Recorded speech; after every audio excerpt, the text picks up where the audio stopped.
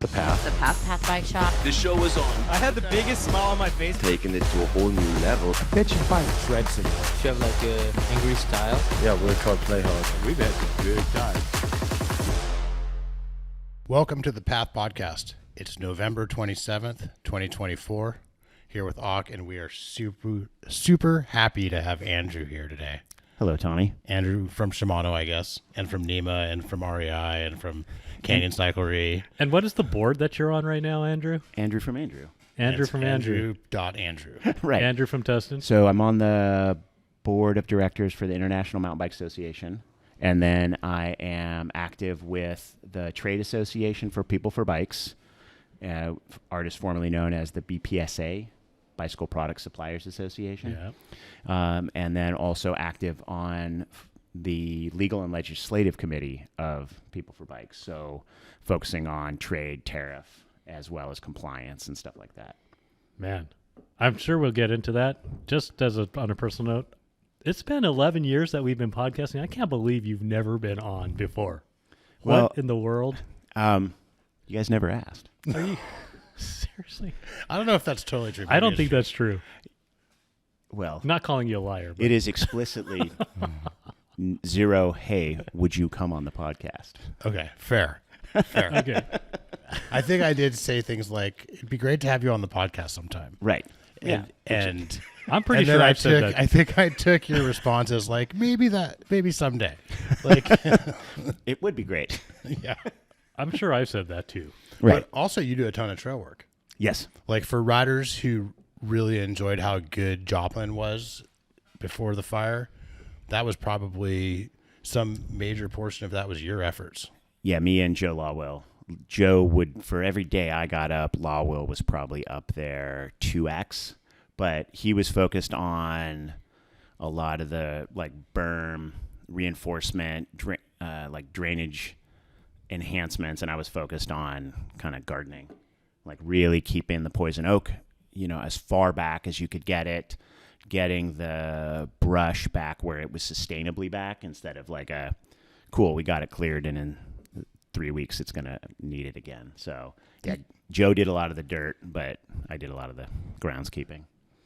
That's really cool. And I've seen you out on the trail just doing work in Laguna. I saw you doing work one day on lizards. Right. Yeah. Like you're pretty dedicated. It's pretty awesome. Well, thank you. Yeah. And then another thing I appreciate about you is that you're trained in wildlife first aid, or what is it called? Wildlife first aid?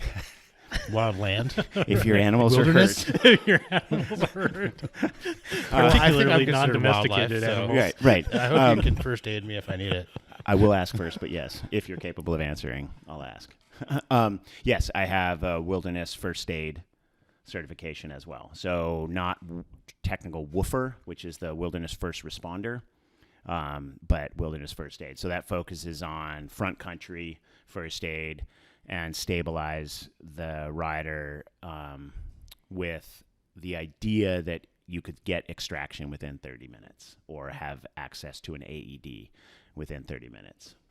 So, yeah, a huge part of our company is filled wilderness first aid trained because of our friend Jack Russell. So you're a good person to have in the riding group. Well, I mean, and then you can smoke the meats and you can make the cocktails. right. Thanks for the Yeah. mocktail, by the way. Thank you. Cheers. And the Cheers. actual Cheers. cocktail. Cheers. You want to tell us what we're drinking? Tell everyone what we're drinking. So Tani is drinking LaCroix Pure with Fee Brothers Grapefruit Bitters. Auk and I are doing science. We're doing 2 sample tests. This is a standard unaged Boulevardier made with old Overholt barrel-aged rye, Campari, and house-mixed sweet vermouth. And then later, depending on how things go, we're going to have a barrel-aged version of the same drink. That's Which I'm fantastic. pretty excited about. And there's ice in there, but they're not ice cubes. Right.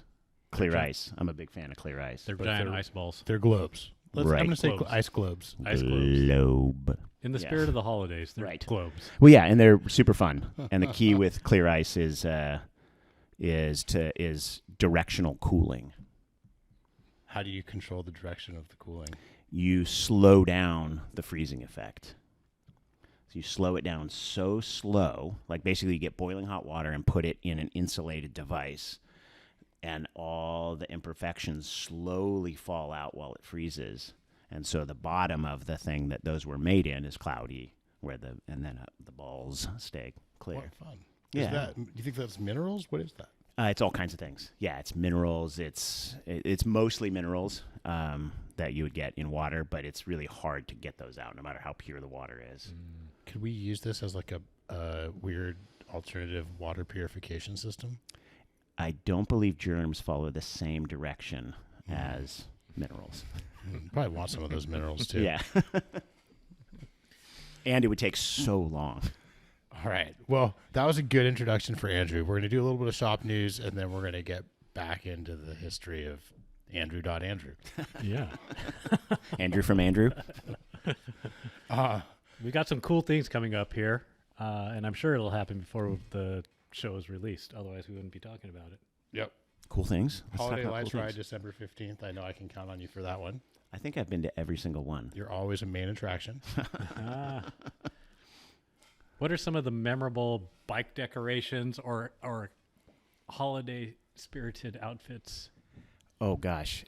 What's been amazing to watch is just the explosion of people really understanding what the ride is and is not, right? Like early on, I would say like even for the first 5 years, there were a lot of people dressed for sport. Right. Lycra and reflect, like the screaming yellow reflective cycling jacket Right. and, stuff like that. And depending on how cold it was, cold weather riding stuff. But, there were a good group of people that understood like, no, this ain't that, man. Like there's no segments on this. Right. And so but now I believe we've reached like not quite, but close to apex holiday spirit, right? Like you've got people, there's kids in like legitimate Christmas suits. You've got the light up sweater people. We had the sleigh last year. The volume of like drink and snack distribution wall rolling is awesome. Yeah. I would say probably the highlight though, other than up until I think like 2 years ago, Lily never missed a one, my daughter. But the year that one of her buddies who was on the ride, he got a flat. So we had to stop and try and fix it. And the ride kept going. And I'm like, hey buddy, do you want to do something weird? He's like, okay, Mr. Kemp. And we took the wheels off his bike and strapped it to the side of my big dummy. The other side had the huge speaker on the other side.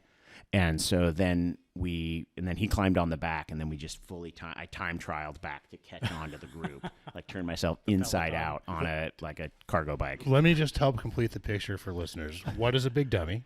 Big dummy is, or was, I think they still make it. So Surly makes a long tail cargo bike, or did make a long tail cargo bike that was compatible with the Extra Cycle cargo suite. So top deck, side cargo bags, and a bunch of other little tweaks. And how old was this kid? He was probably like 11. There you go. Yeah. Picture's complete. And I don't think we had tapped into the sad Christmas music yet at that point. So we were still listening to fun Christmas music. Sad Christmas music. This plays into kind of like one of your things. Oh yeah. Yeah. Yeah, so the holiday the holiday light ride with the path is so a part of now it's Christmas. Right now it is not Christmas Right. in my heart. Right.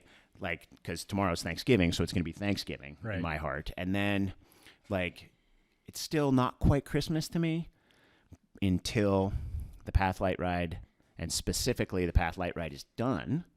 And we're done with whatever, and it's at this point fairly late in the evening and cold, and I'm riding home still lit up, but now in the playlist we've gotten into the sad Christmas music, nice. and I'm rolling through the streets of Tustin late at night at 11, listening to some of the heart-crushing Sad Christmas music that I love Is this so the much. kind of the audio representation of your macabre cherubs?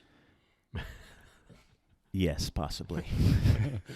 Andrew has this wonderful collection of cherubs and cherub-like things that are I think macabre out. I think they say cherubim and seraphim, I think, are the two types of angels. But yeah, they're supposed to be really, really cute with like big chubby cheeks and the little like the little like fat baby angels, right? But then with corpse paint makeup. Oh, nice. Did you do this? No, my friend Steve Smith. Oh, okay. Who's a super talented artist. But shout out to Steve Smith. Just had surgery on his knee in the last day or so. So shout out to him. Hope he's healing better. But he's a super talented artist. You've seen his art at my house. Yes, but you caused this. Right.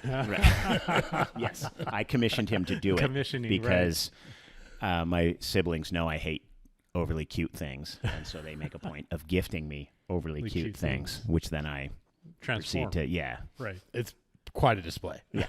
And very, very original. Do these come out on the lawn, or do these come out? Are these indoor? Indoor. Like, too high quality because they've Yeah. And somebody would steal them because they're so awesome. Priceless art pieces. Right.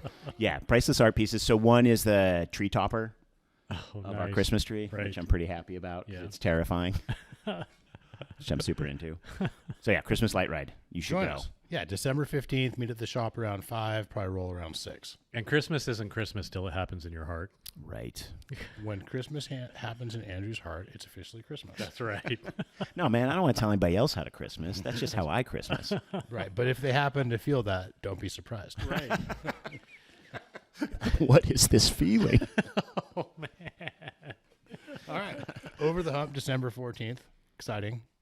Yeah. Our local race series, super good vibes, good people who go to Over the Hump have fun. Right. Auk, are you going over the Hump?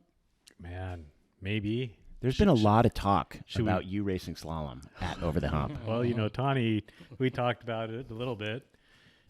When Jeff was on the show, we threw down the gauntlet, but that one got canceled. Convenient for everyone involved. Probably. But we come to realize, I'm not sure it's dual slalom anymore. It's individual timed. Oh. I think that might be the format. Dual slalom, if I understand correctly. Dual slalom eliminator. You race next to somebody, but it's not an eliminator. It's just your best time. Correct. So it's kind of just for show that. Oh, it's not course A, course B, course A combined time wins. Right. Maybe. That's that's like real dual slalom, right? It's like you and Auk, you're on course A, he's on course B. You go, then you switch courses, and then only one person moves on. Correct. Whoever's the combined lowest time. I don't think that's how this goes, and I don't know if they did that. I think at one point they just did course A versus course B, and then the winner goes on, which is okay. But it's probably faster that way because to get through a whole bracket is time consuming. And I think now it's not even brackets; it's just everyone goes, and then the top time wins. Interesting. Like a single slalom downhill race. Right, exactly. A hardtail downhill race on a real swoopy course, but with two people going. But with two people going. I think it's actually a great idea. I think they're really close to being onto some real magic. Yeah, you were a big fan of the flat grass turn, no gate start. Right. Yeah, we've been talking about slalom at Over the Hump for 15 years, haven't we? Yeah. I was going to throw down on lights to do it at. Remember we were talking about doing it at after the racing completed, the XC stuff, and do it at night under lights. That would be cool. That about would be holiday lights. Oh, that'd be sick. A little more news. Yeah, for sure. 18 months, no interest financing. This is on purchases over $1,000. It's till December 31st. That's exciting. Also, from November 30th to December 15th, we're doing $100 gift cards for $90. Oh, that's fantastic. Whoa, that is a good deal. It is. I just did the math really quick. So you can buy them for your friends and save money on gifts, or you can buy them for yourself and pad in a little discount later when you're ready to buy stuff. One of my favorite things with gift cards is to get them for a weird number. So it looks like I used a little bit of the gift card first. That is awesome. Get somebody a coffee shop gift card for $22.18. Yeah. I got it for $25, but I needed a cup of coffee. I love that. Yeah. Yeah, never round numbers in gift cards for me. I wanted to do a white elephant gift where you bring gift cards, and you know how you never use them down to zero, but you've got like $1.17 left, or Yeah. 77 cents left, and you exchange gift cards that have just the random amounts left. Oh, but you don't know how much you is on don't them? how much. Oh, yeah. Yeah. That'd be fun. But don't you write how much you have left in Sharpie on them? And not all the time. Oh. Like, I would lose my mind if I even once didn't. So yours have a Absolutely whole meltdown. yours have a whole bunch of Sharpies Yeah. marked out. Well, wait, how big a gift card are you talking about that you've got to like have multiple write-downs? That's what I'm wondering. I mean, mine are like $1,000 gift card. 15 down to like whatever. It's $1.85 or $6. But yeah. I like that. Or you know what? Just like for your sons this year for Christmas. Just be like, look, it's been a tough year. Here's some gift cards. You can check and see what's on them. Yeah. Some of them might be good. Here's 10 of them actually. Yeah. You know. Oh gosh. Nice. Oh man. So Tani, there's a, and I still can't get over that Firebird X01. Is that still? Yeah. That crazy good deal of like Yeah, exactly. less than $5,000. $44.99. Oh my God. You know, we had this last week. Someone texted us that they were listening to the podcast and that they're buying one. So Oh, thanks nice. for that. Yeah. Why don't we all have that bike now? Yeah, the Firebird. For that price. Exactly. Like what's when that frame came out, what's the frame price? Probably. I think it was right about there. Yeah. It still is. You get like buy a frame, get a free group and fork. That's true. And that's factory. X01. I mean, it's mechanical, but X01 mechanical is great stuff. It's that super light, expensive cassette. It's a great time to be a mountain biker. It really is. That is true. It really is. You know, you are very qualified to say that. Well, thank you. I mean, because you've been mountain biking longer than almost anyone I know. I think you were for sure mountain biking before I was. 92. Yeah. That's when I got my first mountain bike. I got mine in 93 or 94. Okay. So yeah, we all But been you at it. were working at bike shops and racing while I was still riding in board shorts and t-shirts. Right. Yeah. I was lycra up. Although I was way less serious about it than my wife. She's an amazing athlete. She's Trish is an amazing athlete. She's a monster. And she was super dedicated. In the back then. best way. Yeah. Oh yeah. No, she's, I mean that in like, she has a competitive drive that is impressive, humbling, slightly terrifying. And she was a really accomplished racer, like state cross country champion, like 96, I think. Whoa. Yeah. I'm far, far too casual about racing to have that kind of. But you raced a lot and you had a lot of fun. Yeah. Yeah. And then I stopped when it wasn't fun. How many single speed world championships have you been to?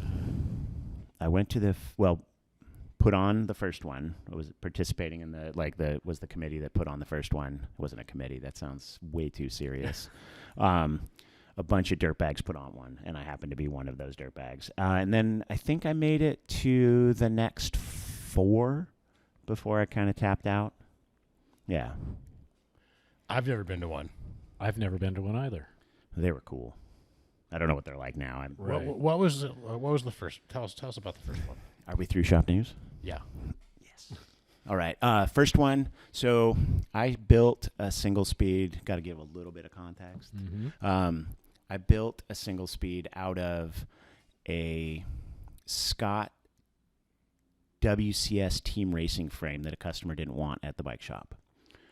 And so that was like the Scott that's in the U.S. now was not the Scott that was in the U.S. then. And I mean, it's the same company, but they left the U.S. and then came back. And so that bike was essentially on paper very similar to a P21 from Ritchie. So super sick, like lightweight, dead sexy steel hardtail, right? I mean, Right. a Ritchie P21, Yeah, I mean, Thomas Frischknecht. That was kind Smashing. of the quintessential cool retro-ish hardtail to have. Right. Well, it wasn't retro then. It was starting to be a little retro. I No, know because you're right. It yeah, wasn't. Frischknecht was still winning world champs on it. So, Yeah, okay, right. Or getting second all the time behind Right. all the people that were on drugs. Yeah, So- that wasn't retro yet. So it had Ritchie WCS tubing, which was like bananas light steel tube set at the time, because like carbon fiber wasn't a thing at that time, and so your choices were titanium, steel, or aluminum, and WCS was like a convincing argument for steel at that point. And I think aluminum hadn't really gained real credibility yet as a material. Right, and it hadn't, because to get it that light, you would often break it, right? Like, what's his name? Chuck Texiera, the guy that was the engineer at Easton. They were doing stuff then, but like for a cross-country racing hardtail, it wasn't there yet. And so the Scott Team Racing frame had the same tube set, the same angles, the same lug dropouts, the same bottom bracket shell, all this stuff. But it was an 1.125" head tube as opposed to an inch head tube, which the Ritchie had. Right. And so it was just sitting there, and nobody was doing anything with it. And I was wondering, what can I do with this super sick hardtail that this customer just, I don't want it. Well, how much you want for it? No, I don't want it. Oh my gosh. What?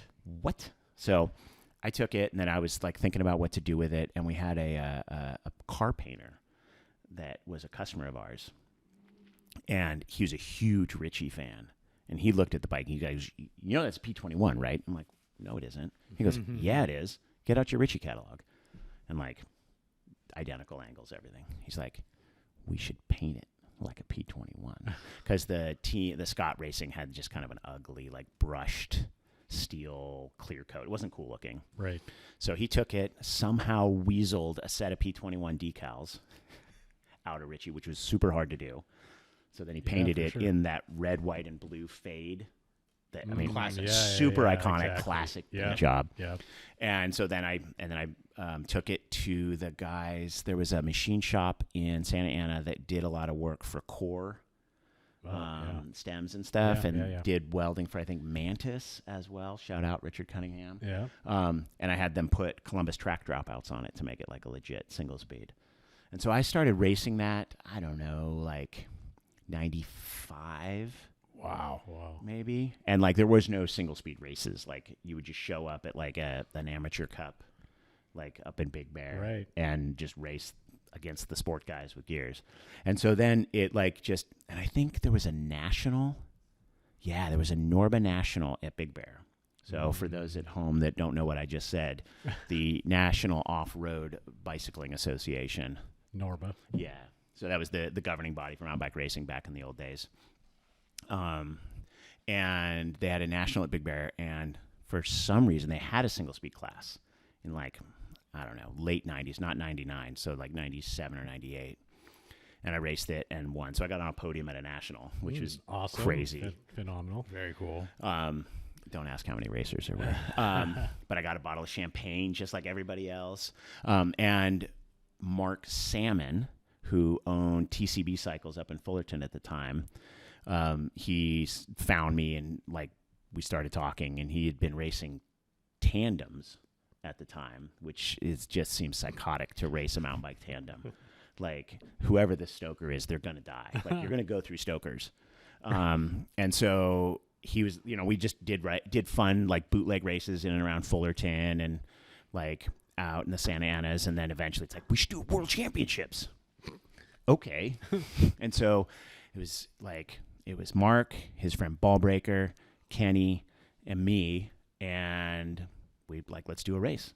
And so I was working at SDG at the time, so I had a fax machine, and I would just fax out like to all the people we knew, and like all the rules that the race had came from us. Like winner gets a tattoo. If you don't want a tattoo, don't win. Yeah. Second place doesn't get anything. Nobody last place I think gets a new bike. Mandatory pre-race party the night before. The course is a secret. All that stuff came out of us. Where was the first one? In Upland. Upland. You know that mountain bike hot spot? Yes, exactly. How was Upland chosen? It had enough variety for the courses that we wanted that were probably going to get found out and shut down by the Rangers so that we could still put one together. At the last minute, put one Yeah, together. yeah. I think the day of the race, we were on course 4.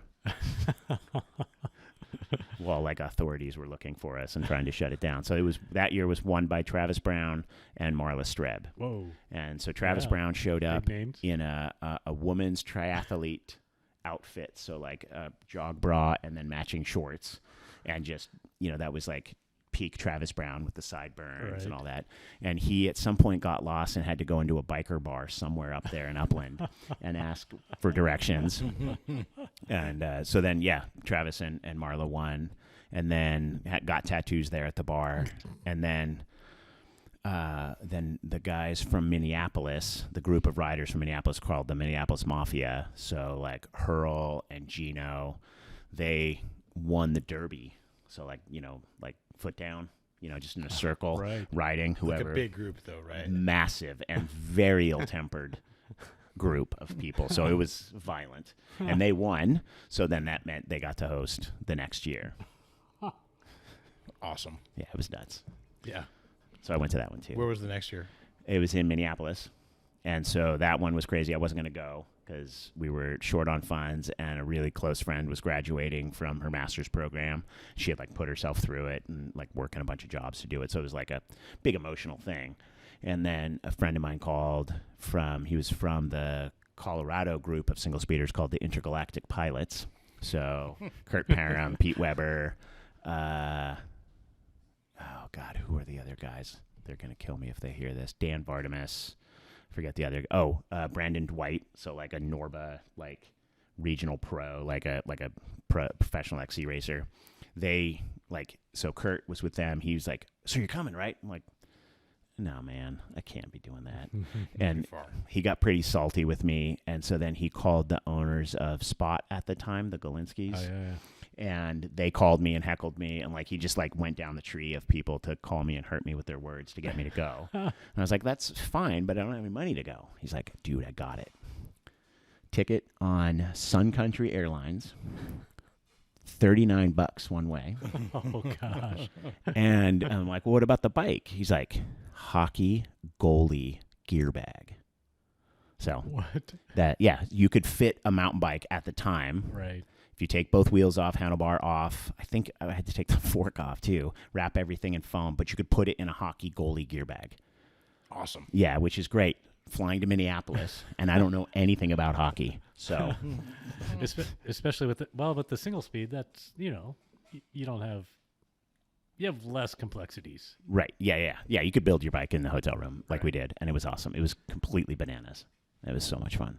So is this before you and Tani met? No, we met in 5th grade. Whoa. That's 6th grade. Sixth grade. I moved Sixth to grade, California in 6th grade. How- And I how- remember you had an amazing kind of hippie ensemble. Right. Yeah, sixth grade. So we were at Helen S. You were the most recognizable student in class. I don't know if that's good. It's good.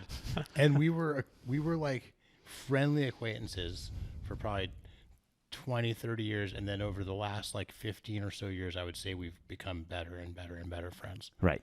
which has been pretty awesome. It is very awesome. I think because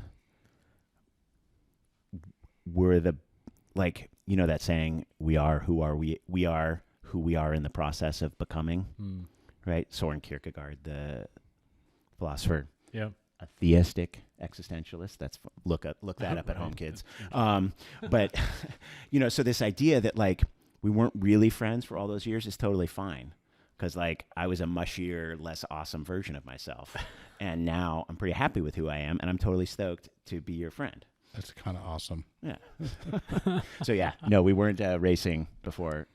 We weren't racing in 5th grade. So were mountain bikes the first place that you guys rode bikes together? No, but we did have an early kind of intersection of life that does involve bikes a little bit, because Andrew was the predecessor to my position in my paper route that I had that I used to bike to deliver. Right. Gosh. I forgot about that one. Like I knew about all these other ones, but the paper route. That's right. So back in the day, newspapers would pay children to get Well, on a bicycle and deliver Newspapers were the news on On paper. paper. Yeah. There was an end to the news that day. Right. You didn't screw And your hand would be black from Yeah. throwing the papers, and it had the special smell. And the rubber bands and Did you you- fold the papers? yeah. Yeah. So Yeah, you would get like just the wad of them, And bag of rubber bands, and bags if you needed it. if it was raining, those bags. Yeah, and you would fold them. So you, Tani, you took over Andrew's paper route. No, I think I took it over from you or Kevin, right? I thought I came after you. Oh, okay, Pretty maybe. sure I came after you. Okay, but Kevin had it. That's who I got it from, I think, or maybe it was Bill. Yes, it was Bill, because the reason I know it was Bill is because the papers continued to be dropped off at Bill's house for some reason. I don't know why. Right, I had to go to Bill's So house. everyone went to Bill's house to pick up the papers. Bill Burke. Yeah, Bill Burke, but Bill wasn't delivering papers anymore. I don't know why that was the case. It's true though. And he had a quarter pipe at the end of the cul-de-sac. Yeah. There. He was. It was always weird doing the Saturday morning delivery because you had to get up pretty early to go fold the papers and then get them out. I remember riding really early. I remember riding up Holt one morning at I don't know, it felt like 4, but it probably wasn't. But it was dark. It was like 5 maybe, and I was like, "There's nobody around. Yeah. There's nobody that." So I'm gonna lay my bike down, and then I'm gonna lay down right on the center paint on Holt, and I'm gonna lay here long enough to get cold and not want to do it anymore. And I did, and it was like, wow, Oh my gosh. Oh, man. I'm glad that you survived that. yeah, Wasn't me there too. Wasn't there a football movie that kids did that in high school? Something like that. Anyway. maybe. Yeah. But you and since we're doing meeting stories, I think that the kind of meeting story of Auk and Andrew is the most adorable. meeting people on bikes is a theme. Or with you. I don't know if this is the first time you met, but this is like the Ducks. Mm. I think it's Yeah. one We of the knew first each times- other. We knew who each other were. Right. We had been on path rides, most Right, likely, right. or been in the shop at the same time. But yeah, that was awfully adorable. That was amazing Yeah, because it had been raining, and then you and I both commute to roughly the same spot in Irvine, right. from sort of the same spot in Right. Tustin, And one day we were both commuting home, but completely separated by about 2 minutes. Right. And I must have been, I was ahead of you. And backstory on this, about a week before you and I kind of connected on this, I had seen a horrific tragedy happen where Do I want to stop listening right now? maybe Do ducks die in the they story? do. And I was, because makes I me was super driving sad. and I saw it happen in the rain. A family of ducks had been crossing an arterial street, and another car, it was terrible. So I was riding home about a week later. I'm riding home and I see the same scene playing out, except I'm riding my bike. I'm not driving. And I see a mama duck and I don't know, like 3 or 4 baby ducks crossing. I was like, Not today, Satan. Not today. And I was like, oh no, they're not going to make it. But they made it across Irvine Center Drive over by Irvine Valley College. And mama duck hops up on the curb. But the baby ducks couldn't make it up. Yeah. And so mama duck was stressed and just kind of honking at the little ones. Rah, rah. And I'm like, shoot, I don't want to touch the baby ducks because I don't want to put my smell on them. So I start looking around. I hop off my bike. I start looking around. I think the term is scent. Scent. Yeah. Excuse me, smell. Yeah, scent. Smell. So I start looking around for something, and I think I find a cardboard. Yeah, a piece of cardboard. I think it was actually like a panhandler's sign. Right. And I'm trying to kind of get after it, and lo and behold, Yeah, I show up. I see somebody hunched over doing something with ducks that I can only assume is altruistic. And so I roll up and oh, hey, Auk. what? And so backstory for me with ducks. So when I was a young kid, I didn't really have a lot of friends, pretty to myself kid. I had an older brother and had a big bit of property that we grew up on in North San Diego. And I just being by myself, I guess, or didn't know how to be friends with people. And we got ducks one year. Oh, Because we already had chickens, and we were total hippies. My mom baked our bread, made our yogurt, made our clothes, the whole deal. And so ducks were just another thing in the house. But then I had friends. Yeah. So Henry and Sandy were my homies. Oh, nice. They were Rawans, which is, if I remember correctly, is the name, was a breed of duck bred for meat.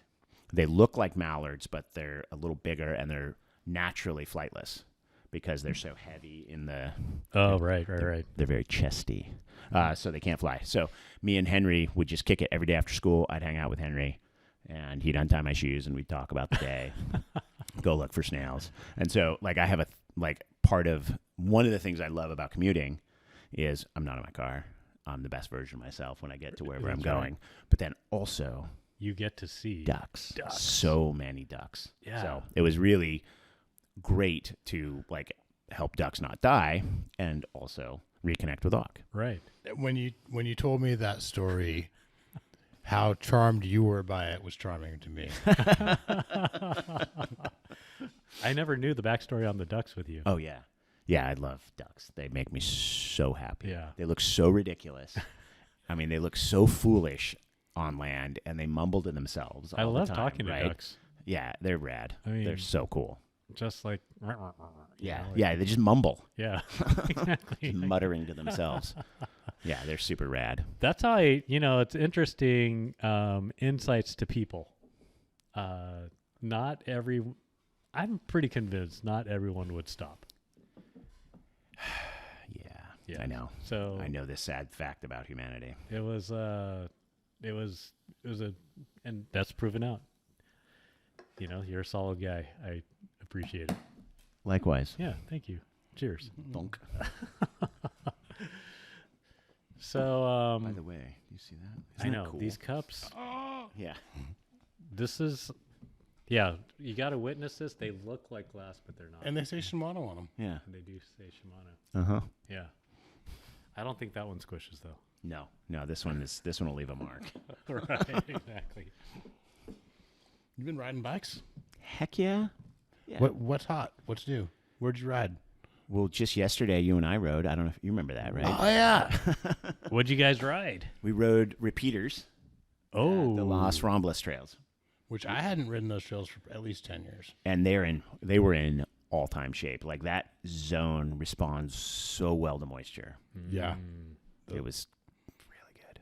And there's a jump line there now and a giant bridge. I mean, it's a pretty big bridge ladder drop thing. Yeah, there's some big stuff. There's some really big stuff there, and it's all like the soil content there is unique, right? Like it's got, I don't know, like it's got more clay in it or something. So there's not a lot of rock. I mean, there's like, what we see, 2 rocks, I think. Yeah. I think I saw 2 rocks. Yeah.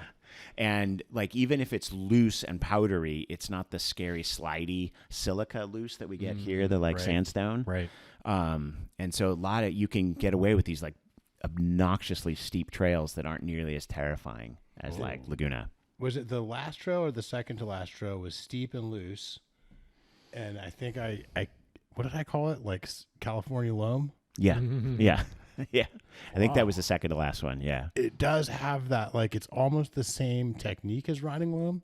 Right. Because you're like, it's loose enough that your whole tire cuts into it a lot of the time. Right. Yeah. And you're okay sliding and turning as a slowing or a control method. Right. Where I feel like other zones here in Southern California, particularly Orange County, that's a good way to have a bad day.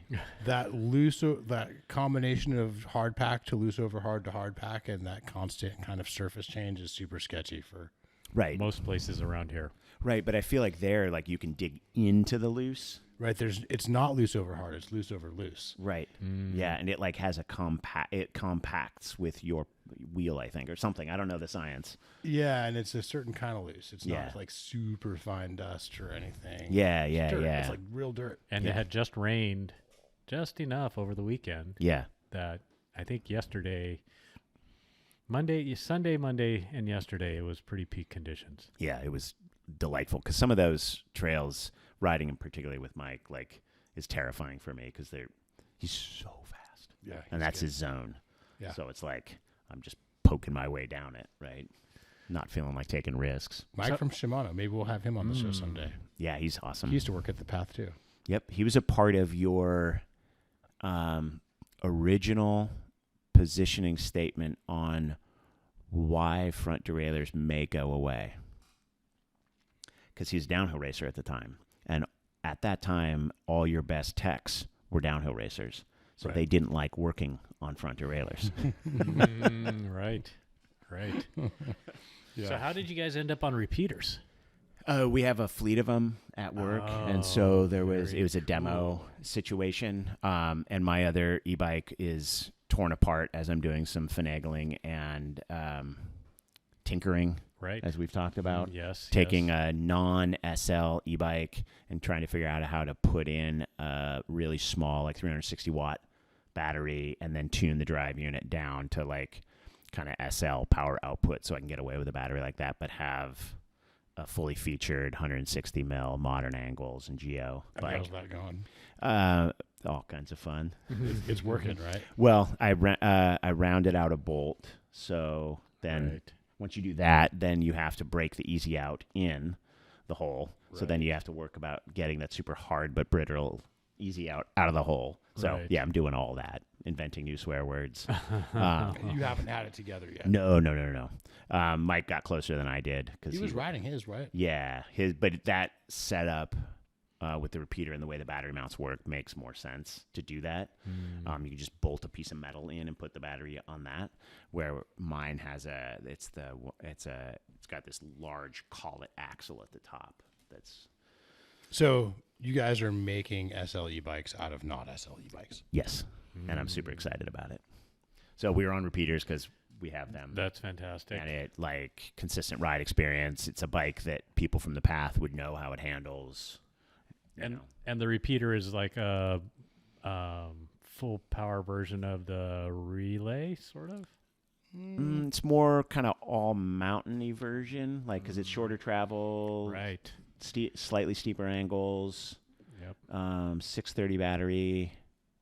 Yeah. That version of the repeater was Transition's very first E-mount bike. Got it. Right. And we're running the EP801s, which were running great. Yeah. It's a great motor. Yeah. Or drive unit. I had more time on the EP8 than the EP801. I had a little bit of time on EP801, but it's more different than I thought. Right. Yeah. Well, particularly depending on how long ago you rode EP801, right? There's been multiple firmware updates that have only improved it. I think that's probably a lot of what I'm experiencing. And also, you were talking about how every brand can really tune the power band differently, and I'm sure that Transition probably thought about that in probably similar terms to how I would think about it more. Right. Yeah. So the repeaters were fun, and having us all on them just made it you didn't want anybody on like too much or too little of the bike. It makes for an easy experience. For sure. Yeah. And on that EP801, you've ridden the auto-shifting, automatic shifting? Yes. What are your thoughts on that? I like the other feature that it comes with it more. Mm-hmm. So free shift. Oh, right. So the ability to shift while coasting. Yes. I want that on every bike from now on, e-bike, muscle bike, whatever. Right. That is such a cool feature for mountain bikers. Let's just really say exactly what that is. So this motor has two features that kind of almost sound like each other. Right. Yep. And they get talked about almost, I think some people don't quite realize that they're talking about two separate features. Correct.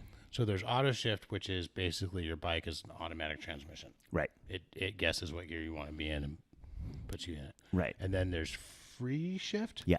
Which is where you shift with your shifter, but even if you're not pedaling, the motor turns the cassette and the chain ring and the drivetrain. Does it with the chain ring. Yeah. And changes the gear goes through its chain. Correct. Now where it gets further complexity is you can actually have auto shift execute free shift for you.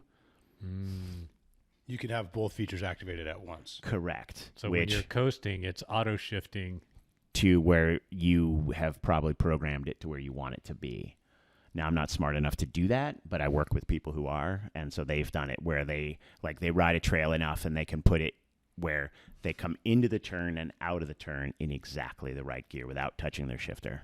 Is this GPS or is this speed? Speed cadence. Speed and cadence. Interesting. Yeah, the auto shift feature is distracting in its complexity. So it's sort of like I personally, like, the reason I answered the way I did is because free shift is like this. Any mountain biker is going to get it and be like, oh yeah, I could totally use that. Right. Where auto shift is like a real, like, to get all the benefit out of it at this point, at least in my experience, is you really got to tinker with it and play with it and understand yourself as a rider a little bit. It's improving, and as Shimano spends more time working on it, the maths that drive it are getting better, so it's more intuitive. Right. But I don't know. For me, Free shift. I'm into free shift, and I have auto shift turned off on my bikes. If you have auto shift on, can you override it with a shifter? Absolutely. Yeah. Yeah. No, we have a reputation at Shimano sometimes, but not like that. Yeah, you can totally override it. You and I were riding Joplin, and I was watching free shift work. Yeah, it's so sick. Yeah, That was a good day. that was a fantastic. That was a day. really good and day. That type of trail where it's like you've got down, you've got some up. The free shift seems to be really beneficial. Yeah, and it doesn't have like real steep stuff. Right. So you kind of are going to have to keep Yep. your pedaling, some degree of cadence up Right. to get you out of or through a section. Right. And so, yeah, you're right. It totally, like, I feel like Laguna type stuff, maybe not. Right. Because it's winch and plummet style riding. Where, yeah, Joplin, you need to be able to pedal and be in a good cadence, and then you're just so exhausted, Right. just by the sheer relentless nature and sheer physicality of that trail, that you want to be in the right gear. Yeah, very much. That trail's so awesome. I love it so much, and like, I feel like there's a lot of obviously terrible things that came out of the pandemic, but one of the things that was really great for me personally was I got to ride Joplin more in those 2.5 years of that, or 3 years of that time, than I had in probably 15 years prior. Right, because you had like these tiny little windows where it was rideable, like after the oak had died off and it wasn't super wet yet, or it was after it was wet, like, and then after that it was just too brushy and too hot and too rocky, and like such a high toll a cost of entry for a pretty wild experience. How far do you have to go to get to that kind of persistently physical of a downhill? Yeah, that's a great question. I mean, I'm sure there's something closer. I would say probably in the San Gabriels, right? Or Mount Wilson, like that zone. But nothing there is, in my opinion, quite as physical, really, for me. Really? Well, then I would say La Sierra. Yeah. Like, you ride any of the Lakes Basin side out of Grey Eagle, just like, why is it, we're going downhill, why is this so much work? Chiquita kind of had that vibe a little bit. Totally, yeah. Do you think, what's your prediction for the future of Joplin? Oh, man. Yeah. For the listeners and viewers at home, if you don't know, a huge wildfire, the airport fire, tore through that zone. And the whole thing we got this. So, like, modern technology makes it bananas, right? We were on the cameras that are on the radio towers, and we watched the fire march up that canyon. So it was like, okay, upside, it's going to take a real long time for the poison oak to come back. And that's cool. And so the hope is that, the Forest Service does what it needs to do and has the budget to execute everything it needs to, and part of that being letting a capable and trained and authorized group of volunteers get in there and mitigate the damage, because it's most of the tread is pretty good and rocky. Like, that's what makes it so physical. Right. There's not a lot of dirt except in that one forested section, and that is where the danger is with erosion. Right. So you still have a lot of hillside to work with, even if the trail line or tread goes away. There's still work we could do with it. So it's mostly now just hoping that the forest management is willing to let a good group of volunteers get in there and, with trust and know that they'll do the right thing. How does your role on IMBA intersect with that? No, because want to I don't want it to actually, right? Like, I don't want to do you know who I am? Like, Right. and as a director for IMBA, we're dealing with the CEO and the kind of strategic direction of the organization, Right. not like tactical level Local, application. right. Yeah. So that's more of like me as a local citizen mountain biker working with like the Warrior Society and OCMTBA to help get that stuff taken care of. Maybe you could write yourself a letter. Yeah, exactly. So it's a very good question. But it's the way IMBA is structured and the way IMBA works. The local chapters are autonomous Right. from the National, larger right. org, and my work is focused on their budget, their operating plan, etc. Right. Your role, I guess, is to serve all the chapters. Right. Yeah, to set IMBA up to be able to be what the chapters need us to be, right? Because that's a pretty important point, right? There's some parts of this country that have really, really robust, mature chapters that don't need a lot of help in their day-to-day. And so how IMBA serves them would be, we're focused on the federal land policy. We're in D.C. We're working with federal land managers to keep advocating for protecting and expanding trail access. And then you have other places where they may not have as mature of a trail organization. They don't even have one, but they know they want one. And so then we can help them. Like, here's the things that would benefit you to do in the near, middle, and long term to become a large organization or a vibrant and useful organization. Should we plug IMBA a little more? Should people join IMBA? It's up to them. They should join their local chapter, though. They should join their local chapter. Absolutely. Yeah. So join your local chapter. Also, go to the IMBA website, read about the work we're doing. It's really exciting. Anybody that's been riding mountain bikes for a number of years probably remembers IMBA. And then there's probably a point in that memory where it gets fuzzy and you haven't heard much from them. And in that time, a lot of good work kept happening locally on the ground, and a lot of people got good because, IMBA's not here. What do we do? In that time, then IMBA has rebuilt, downsized dramatically, or right-sized, whatever term you want to use, moved away from real corporate sponsorship, and also moved away from a lot of industry sponsorship. And so, but what IMBA does have that makes them really unique in the nonprofit space is we have Trail Solutions, which is a design and build firm. So if municipalities want a trail system, they can come to Trail Solutions, and Trail Solutions is the best at, here's what it's going to take to build a trail. We can do it, or other people can do it, but this is what it's going to take. And so, IMBA's back in a really cool way, right-sized for what mountain bikers need, while still keeping their eye on the federal ball, because in places less here, we haven't had as much of that, trails being taken away from us in modern times. But there's other places in the country where they benefit from dialogue with federal land managers. Yeah, we've been super lucky the last 30 years around here. Yeah. I can't remember, that at Whiting, there were some closures a long time ago. Yeah, we're spoiled. We've had more trails open, though, too. Right. Yeah, for sure. Yeah, like Santiago Oaks. Like, how great is that versus when we first started riding there? Yeah. Right. I mean, I have to admit I like their old stuff. Yeah. But the scratchy, raw. I liked their EP first, man, before they got big. The one you could only buy at shows. But it's so good now. It's such It a great really little is. park. It really is. We're really lucky to have that. Where else have you been riding lately?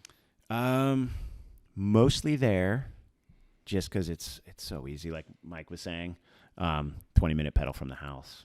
It's glorious. What are you riding? E-bike, So pedal bike. I ride both. Okay. I still don't ride e-bikes in the county wilderness parks because they're not legal. Okay. So I just it's not like I drive the speed limit everywhere and all that, but it's just, I don't know, for me, This is a rule you're following. Yes, this is a rule that I made for me, and I'm following it. And so I'm riding a Yeti SB 160. Yeah. That's a really great, fun, modern 29er that is the first, the first long travel, dual 29-inch wheel bike that I really can get along with. I feel like the previous generations from Yeti were for people that were far better at bikes than me. You had to be going so fast. What do you think the secret sauce is? Just real intelligent tweaks to the geo. Like chainstay length is some of it. Longer. Yeah, and I don't exactly know where this is. You can probably explain it to me better, but the older gens of the bikes, you had to put the stem right on your sternum to get it to turn at speed. You had to really ride the front, and now I don't have to. Nice. I did also notice, and I'm going to say it's them because I don't really think I've gotten that much better, but typically all the factory tunes from Yeti, I don't know if you've ever seen their setup app. It's pretty slick.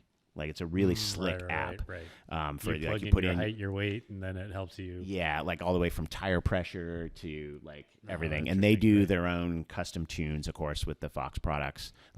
They have a really cool lab at their headquarters in Golden, and so they're pretty detailed setups. But I always felt like they were not for me.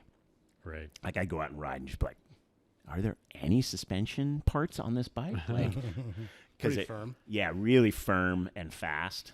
And so I'd back everything off, and then the more and more time I'd ride the bike, then I'd eventually end up back at the factory settings, but it would take me 3 or 4 months. Where on the 160, out of the box, perfect. Nice.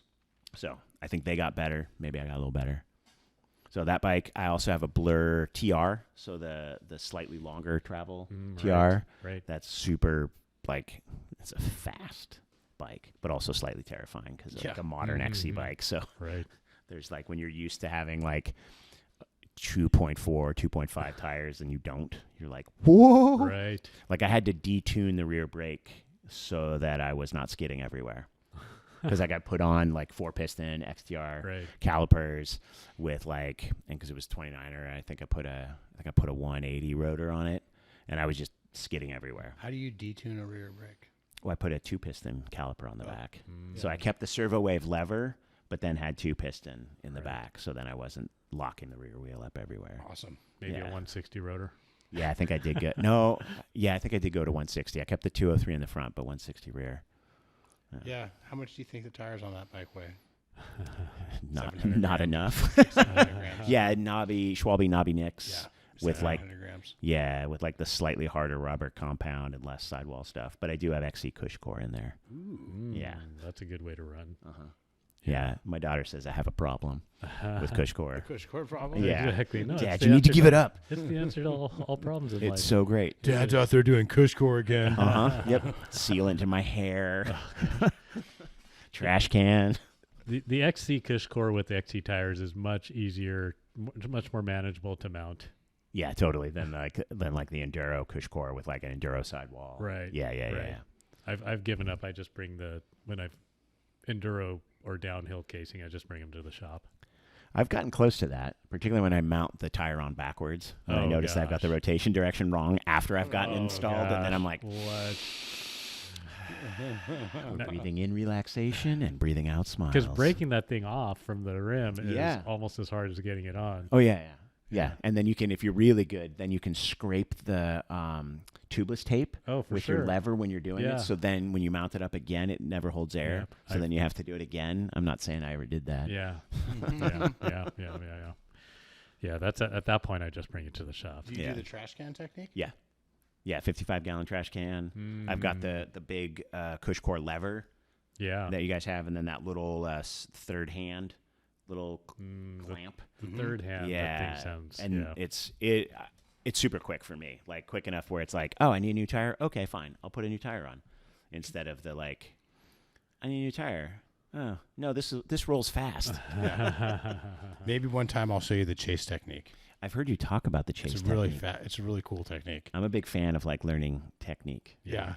Yeah, totally. Even like teaching a kid how to tie their shoes is awesome. Right. Like all kinds of things open up, right? Because we all we want to brute force things. I don't know if it's because we're men or just humans are like that, but like when you recognize the benefit of technique, it's just, I love it. I love the elegance of it and the efficiency of it. Like we say in Aikido, it's not strength and speed, it's distance and timing. Yeah. I love that. Recently you and I had been talking about reminiscing on your tall 10, your tall boy with the small rear wheel. You had been trying to figure out a way to reincarnate that ride fantasy. Yeah, and I got to be careful, right? Like the lens of nostalgia, right? Adding a gloss to everything. Yeah. But yeah, that was a really fun bike. That was a Tallboy 4 that I had put a Cascade link on, and then had gotten that Cascade link allowed you to run a longer eye-to-eye shock. So then I got it's like a 190 millimeter eye-to-eye, I think, and I got like a 195 eye-to-eye, but still but short stroked, so it was still the Fox shock, but it was 120 mil travel still. Right. And then a 27.5 wheel, and it was geo correct. Yeah. Oh man, that bike was a sharp little knife. I really like that bike. So, wow, MX. Yeah. Oh, I'm in. I'm way in. I've been in since I first learned about it. So, are either of your bikes MX right now? I have a Trek Slash that's MX'd, and then I'm building an SB165 from Yeti that is an MX bike. Right. I had one prior that I had MX myself because that one came stock 27.5, both wheels, but I short forked it and put the big wheel on it. Right. But the new one is MX specific, and I'm really excited. I just put the bottom bracket and cranks on today, threaded the brake lines. So you're a little bit taller than Tani and myself. Yep. What's the attraction? It Not that height is the only thing that. Yeah, because I don't think it. One, I hate rear wheel hit my butt. Yeah. Like that is exceedingly nerve-wracking for me. I know it shouldn't be, and you look at like World Cup racers get down a track with all kinds of tire taps on their rear end, but it happens to me at a time when I usually am trying to do something else on my bike, Right. and so I don't want to focus on that. Right. So it really bothers me. And then also I feel like around here we have enough flat turns that are high speed, and to be able to get the bike over and back up, or back over and then over again, Right. the other direction happens faster. Right. Those are the two things I really feel. Right. Beyond that, the characteristics of the bike typically just seem to make more sense to me.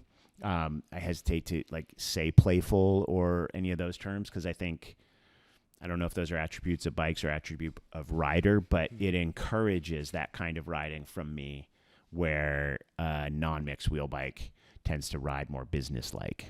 Right. So I think I sort of have quantified a major section of what playful is. Oh, It's the you've measure- managed to turn it into zeros and ones. I think if you give your standard effort picking the front wheel off the ground, it's how high the front wheel. Oh comes yeah, off the ground. you did that yesterday on the ride. I got on the bike and I did my standard effort, and I was like, "This is about a 9-incher." And so then how does 9 inches translate to fun, playful? Sorry. Well, I think that a bike that I would call playful is more like a 24-incher. Okay. So well low on the scale then. Yeah, not that playful. Okay. Interesting. But the other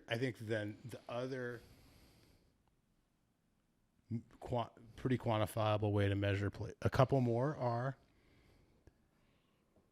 how much force or how difficult is it to drift the rear wheel? Right. Yeah, and that you absolutely on a MX bike, Yep. you can get the rear around. You can intentionally break loose and to do something. Right. And I'm a huge fan of that. I don't do it well, but I'm a huge fan of it.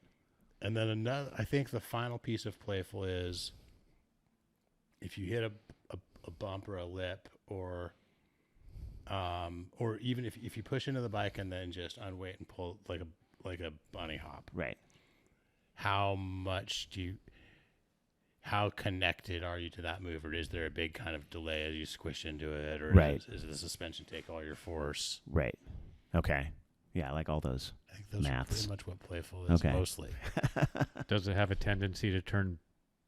But jumps then into also, like bumps? we were saying on the trail the other day, for me, playful is also a bike that is stable enough for me to want to be playful. Yeah, Right. No, it doesn't turn. jumps into bumps. No. No, because that would be less fun, right? That's Less more fun. business. That's all. Yeah. Yeah. Yep. Bumps into jumps. Bumps into jumps That's would what be you more want. playful. Yeah, that's gonna be the the single off of my new album. Jumps into bumps. Jumps into bumps. No, bumps into Bumps jumps. into jumps. Right. Bumps Hit- into jumps. Let's hit it in the club. You said you wanted to ask us some questions. Yeah. Yeah. Go for Is it. that time? So Of course. I don't know if either of you guys listened to another mountain bike themed podcast called the Downtime Podcast. Yeah. Shout out to Downtime Podcast. So good. Chris is a super talented podcast host. If you haven't listened to it ever, if you're a fan of like World Cup downhill racing, the pre and post show that he does during the World Cup season is spectacular. But so then you're familiar with the questions he asks his guests. I don't know if you remember this. I might need a refresher. Okay, so he asks every guest, and I really love it, and I've been thinking a lot about it, and so it's just a blatant like crib of what he does, but it's so perfect. So the first question is, or one of the 4 questions is, you have 150 pounds, so this is British pounds, right? It used to be euro, but then they Right. left the European Union. Monies. Yeah. 150 monies. So like, let's say, so if it's 150 pounds, so it's like probably $200. If you have $200, what would you recommend somebody spend that on to improve their riding? Their bike or their riding? Their riding. So it could be a bike part. It could not be a bike part. $250. $200. $200. But we don't also know what they're missing. Correct. But if if you had to say this would probably be, if they didn't have, let's just say none of them have whatever this thing is that you're recommending. To improve their riding, $250 to improve your riding. $200. $200. Yeah. We Although just somebody's assume probably they going don't to have like, things. correct. Yeah.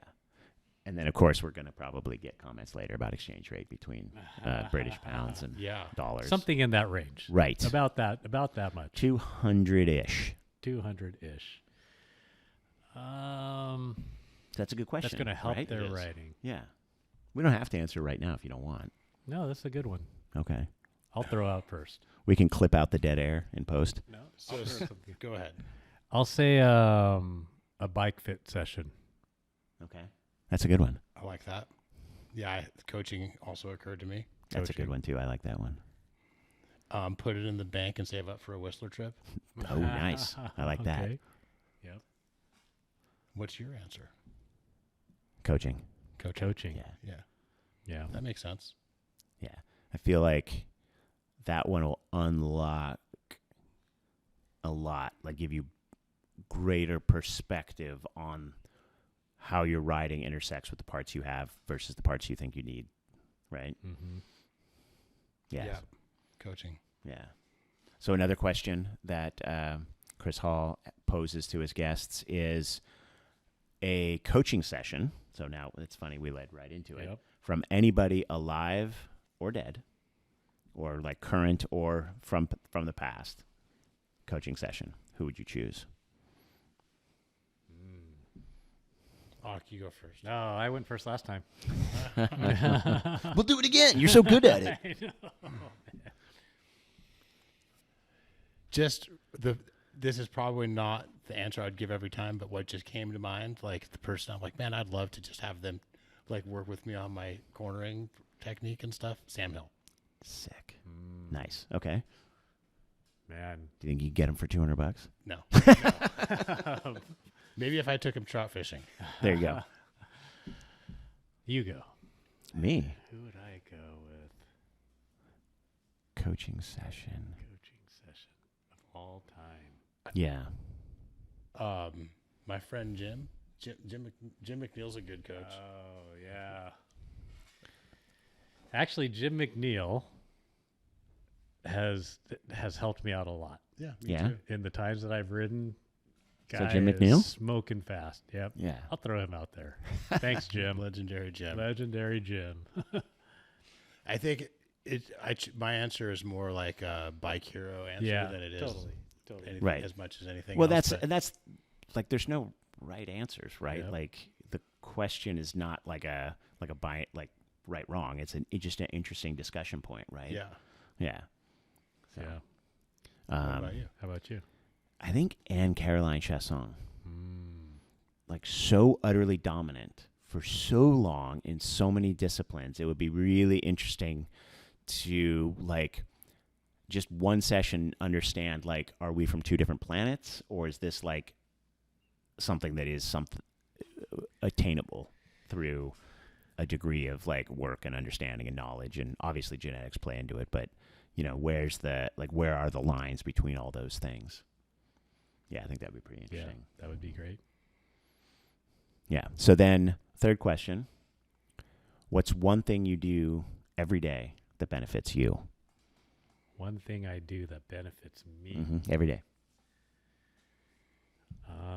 Like not like get your paycheck. I mean that does benefit you, but like helps you be the best version of you. I can go first. All right. Wait, you went first last time. You go first. Andrew should go first. Andrew, you go first. I make a cup of coffee and a piece of toast, and I sit down and read the newspaper All right. every morning. What Sounds about the awesome. newspaper or the making the toast or the coffee Um, helps to make you the better part of you? it's space between things, Mm. right? Like, I think as an adult, for me anyway, it seems like I run the risk of running from thing to thing to thing to thing, right? Like, I get up in the morning, I gotta make my lunch, I gotta get to work, I gotta get out for a ride, I gotta get home, I gotta make dinner, I gotta do laundry, I go to bed. Yep. Right? And so I'm a big fan of finding ways to create space between the Yeah. things. Yeah. And that one, to me, really hits that because I'm awake and my day has started, but it's still like just this like quieter, subtle time. I'm Yeah. not on my phone. I'm not on my computer. Like, I'm just reading the paper. You're not hitting the ground running.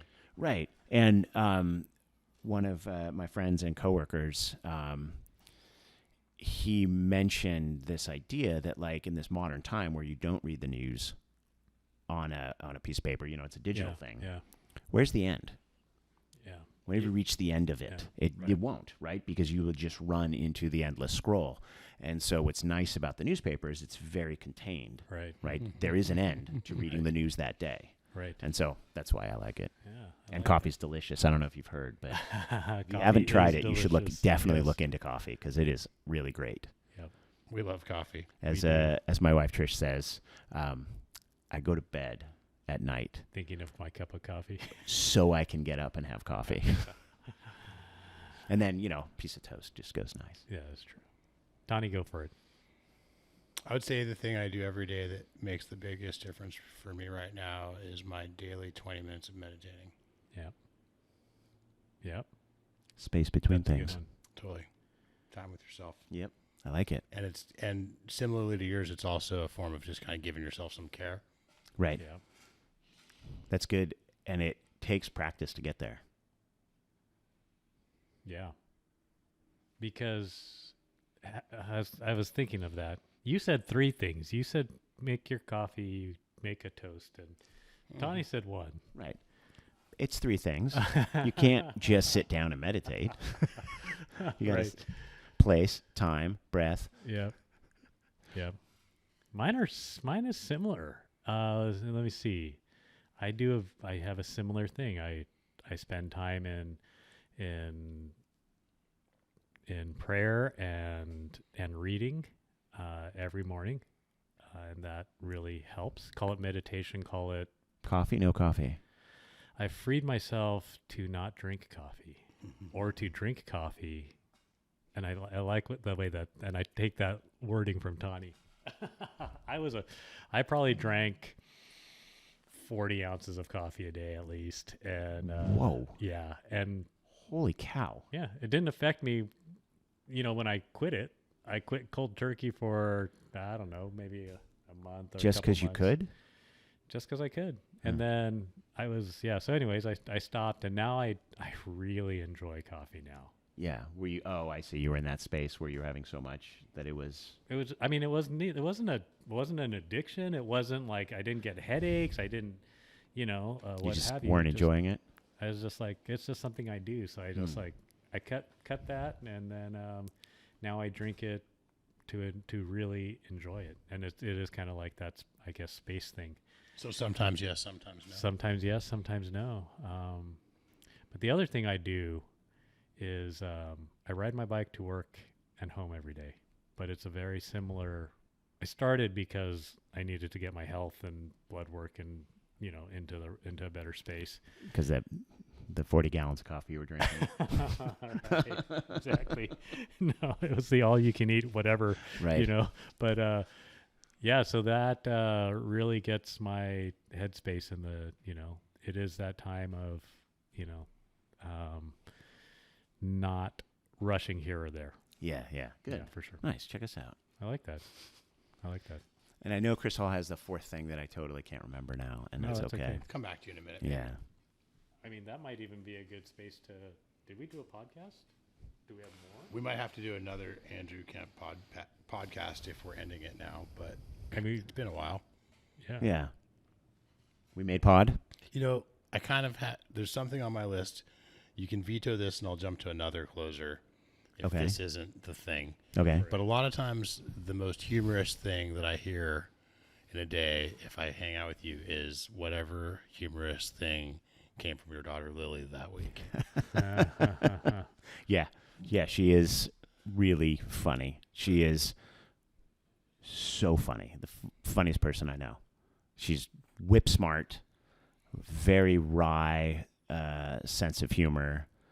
Can make it as dry as she wants, but yeah, she is really, really funny. And her observations they cut me so hard every time. They're so funny. And they can be humbling as hell, right? Like any kid can be. But she packages it up in this way where you get a little bit of the salt with the sweet. So yeah, she's super duper funny. She like kills me every time she opens her mouth. It's something really great. Anything come to mind? Let's see. Nothing right now. She had some stuff lately that was pretty great. She voted this year, so there's a lot of that. This is her first. She just turned 18, so there's a lot of First time voting. Yeah, first time voting. But I think kind of the one that probably I know that you really laughed about, and I might have mentioned it to you, but she has this observation about me that I only have two settings, and it's I'm either flirting or I'm fighting. That's it. Two settings. And so when she dropped that on me, it was like, and then we'll be in a public place and she'll shoot me the eye. Like, see, I told you. And so last winter, between Christmas and New Year's, we went up to San Francisco for a night, just her and I, on this very quixotic quest. Quixotic? Is that how you say it? Don Quixote? Quixotic quest. That was awesome, and it's probably for like the B-roll. But I didn't fight my way into the best seat in the restaurant, let's say. And so I got to shoot her a look and say, All right. Andrew Kempe, known to be always flirting or fighting. Right. And maybe that's just honest expression. Right. All right. I'm a nice guy. It's a podcast. Thanks, fellas. Thanks, Andrew. Thanks, Auk. Thanks, Steve. Thanks to all the riders out there and coworkers here at the shop and supporters of The Path and all the brands we work with. And let's all remember to love the bike we ride.